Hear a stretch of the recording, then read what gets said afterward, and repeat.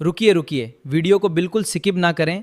मुफ्ती थेसिन जिलानी का बयासिन जिलानी का बयान सुनकर जाएं और इस वीडियो को ज़्यादा से ज़्यादा शेयर करें, वीडियो को ज़ूम ना करें।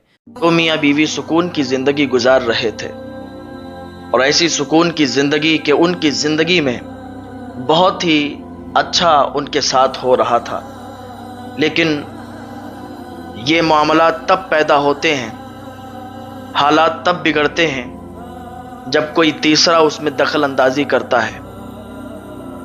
बहुत ही अच्छी तरीके से ज़िंदगी गुजार रहे थे।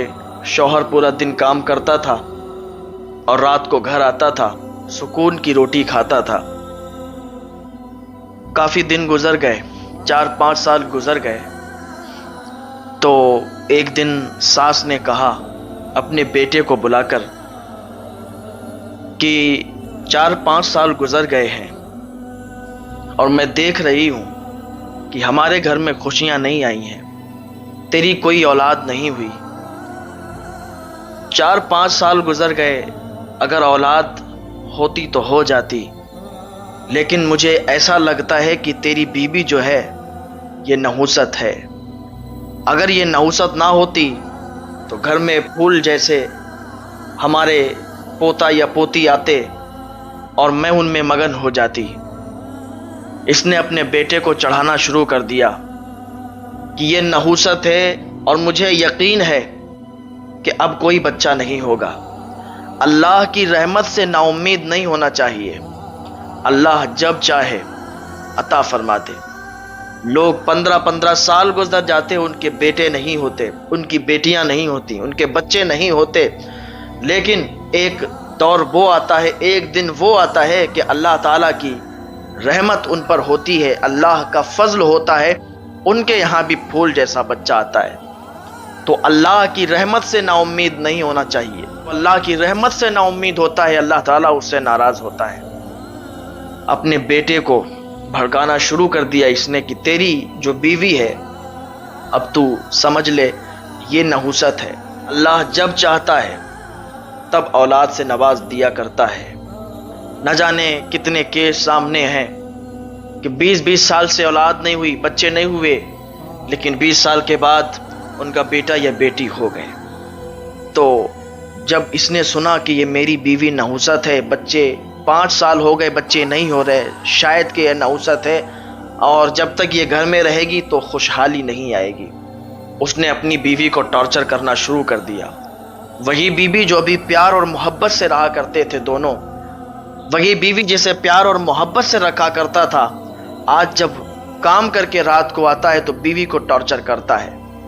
बीवी वक्त पर पानी भी ला के देती है, खाना भी ला कर देती है, लेकिन फिर भी उसमें नुक्स निकालना, तरह तरह की बातें करना। कुछ लोग ऐसे होते हैं कि जब उनके पास पैसे आते रहते हैं, उनके पास पैसों का जरिया जब तक रहता है तब तक वो खुश रहते हैं, घर में खुशहाली रहती है, लड़ाई झगड़े नहीं होते। जैसे ही पैसों की खुशहाली ख़त्म होती है, पैसों का जरिया ख़त्म होता है, घर में पैसे आने बंद हो जाते हैं, पैसों के मामलात बंद हो जाते हैं, तो फिर लड़ाई झगड़े यही सब चलने लगता है।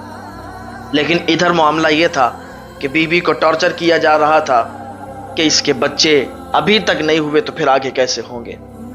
एक दिन माँ ने बिठा के और ये फैसला सुनाया कि मैं ये चाहती हूँ कि ये जब तक तेरी बीवी तेरे घर में रहेगी बच्चे नहीं होंगे, नहुसत फैलाती रहेगी।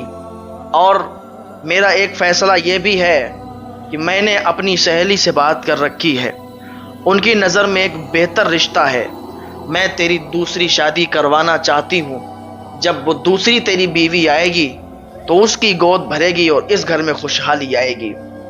उसकी समझ में आ गया और उसने कहा ठीक है, जैसा आप चाहती हैं आप वैसा करें, मैं आपकी हर बात में राज़ी हूँ। फिर कहने लगी कि ये जो तेरी बीवी है इसका क्या करेगा।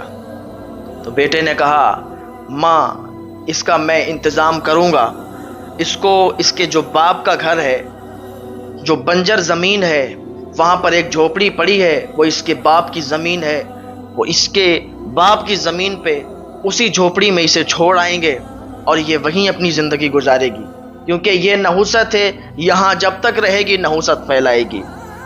जब बीवी ने इतना सुना तो कलेजे फट गए, उसका कलेजा मुंह को आया کہ اس گھر میں جتنی پیار اور عزت کے ساتھ مجھے رکھا گیا تھا، شادی کے بعد اور اب تک اتنی پیار اور محبت سے میں رہا کرتی تھی، صرف یہ غلطی وہ بھی میری نہیں، یہ تو اللہ تعالیٰ کا کرم ہوگا تو اولاد ہوگی، اللہ چاہے گا تو اولاد ہوگی، یہ میرے بس میں نہیں ہے نا، اگر میرے بس میں ہوتا تو میں دیکھتی، یہ تو اللہ کی مرضی ہے، اللہ کی مرضی کب ہو جائے اور کب ہماری گود میں خوشیاں آ جائیں، ہمارے بچے ہوں، یہ تو کوئی پتہ نہیں ہے۔ لیکن شوہر نے ایک نہیں سنی، رشتہ طے ہو گیا، گھر میں خوشیاں ہیں، لوگ آنے لگے، مہمان آنے لگے۔ اب اس شوہر نے کیا کیا کہ اپنی ہی بیوی کو اس نے پورا پلان بنا لیا